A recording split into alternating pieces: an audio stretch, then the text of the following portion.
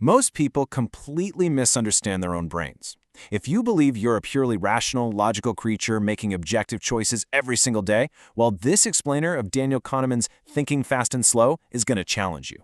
It argues something slightly dangerous but absolutely true. You're in for a massive shock.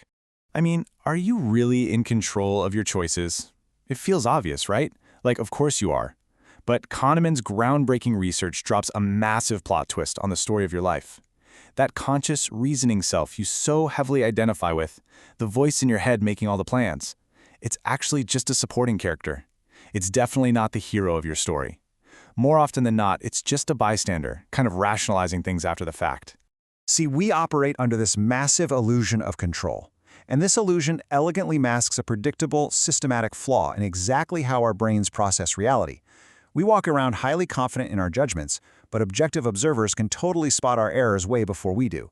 So if you actually want to understand yourself, we need to pop the hood and look at the hidden machinery running the show. Okay, let's dive into Reveal 1, the stranger in your mind. This first concept literally changes everything about how you view human behavior. Kahneman describes our mental life as this intense psychodrama between two very different characters living right inside your head. On one side, we have System 1. Think of this as the fast, automatic, highly emotional part of your brain. It runs on autopilot with zero effort. It's what lets you instantly read a billboard on the highway or instantly hear the anger in someone's voice. And here's the kicker. It is the secret author of almost all your choices. On the flip side, we have System 2. This is the slow, effortful, deeply logical part of your brain. It's the part you use to do complex math or fill out tax forms. Now, we heavily identify with System 2. We like to think of ourselves as deliberate, conscious thinkers. But System 2 has a fatal flaw. It is incredibly inherently lazy. It's a reluctant controller that honestly just prefers to rubber stamp whatever System 1 suggests. And hey, if you're sitting there thinking you're too smart to fall for this dynamic, listen to this shocking statistic. Greater than 50%. That is the failure rate of students at Harvard, MIT, and Princeton on a spectacularly simple puzzle called the bat and ball problem. It goes like this. A bat and a ball cost $1.10 in total. The bat costs exactly $1 more than the ball. So how much does the ball cost? Your fast System 1 instantly screams, 10 cents, obviously. But actually do the math. If the ball is 10 cents and the bat is $1 more, the bat is $1.10. That makes the total $1.20. The actual correct answer is 5 cents. More than half of the brightest minds at top universities literally fail this because checking the math requires waking up System 2, and System 2 just does not want to do the work. This brilliantly illustrates Kahneman's point. Laziness is built deep into our nature. Mental effort is a literal physical cost for your brain. Like a juggler struggling to keep a bunch of heavy balls in the air, complex thinking genuinely drains us. So what do? We follow the law of least effort. We rely on the fast, flawed intuition of System 1, which systematically biases even the smartest people on the planet. But the flaw in our thinking goes even deeper than in-the-moment choices, which brings us to Reveal 2, the illusion of understanding. This flaw actually distorts our entire perception of reality and history, because at its core, System 1 is basically a machine for jumping to conclusions. Because it works so blazingly fast, it actively suppresses doubt and ambiguity. It feeds us a version of the world that feels much tidier, much more predictable, and honestly way more understandable than it actually is. This creates a massive danger of overconfidence. We constantly rewrite the past to make it make sense, leading to this incredible illusion of understanding. Now, what's really interesting about this is a concept Kahneman borrowed from Nassim Taleb called the narrative fallacy. You see, we are absolutely obsessed with making sense of the world. We craft these simple, concrete stories about the past that assign huge roles to talent, stupidity, or intention, while completely ignoring the massive role of sheer luck and randomness.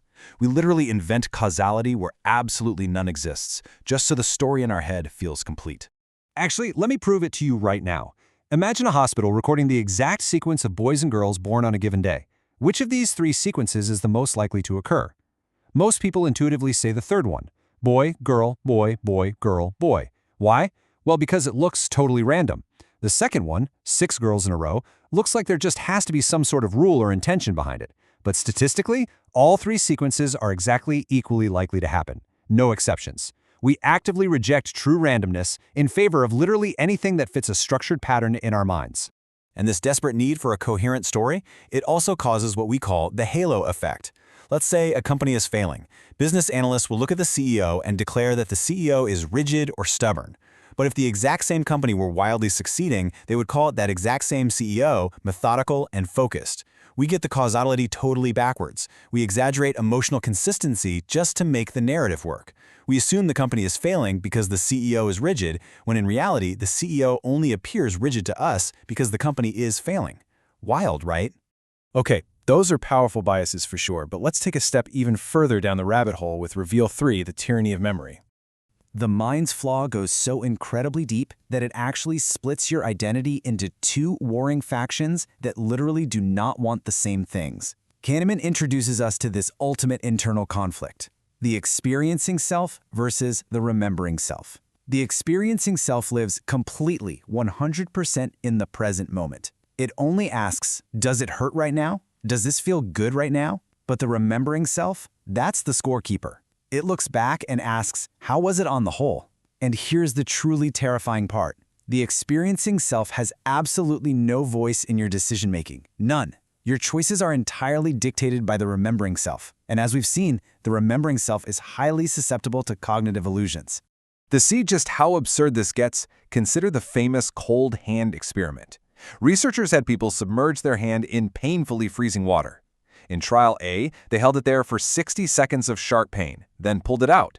In trial B, they held it there for the exact same 60 seconds of sharp pain, but then the water temperature was slightly raised for an additional 30 seconds. So trial B is strictly worse. It contains the exact same 60 seconds of intense pain plus 30 extra seconds of moderate pain. But when asked which trial they wanted to repeat, an overwhelming majority of subjects chose to repeat trial B, the objectively longer, more painful trial. Why on earth would anyone do that? Because of a massive glitch in the remembering self called duration neglect. You see, our memory does not sum up our experiences like a simple math equation. Instead, the remembering self basically only saves two specific data points from any event: the absolute peak intensity of the emotion and exactly how the event ended. It completely ignores how long the event actually lasted.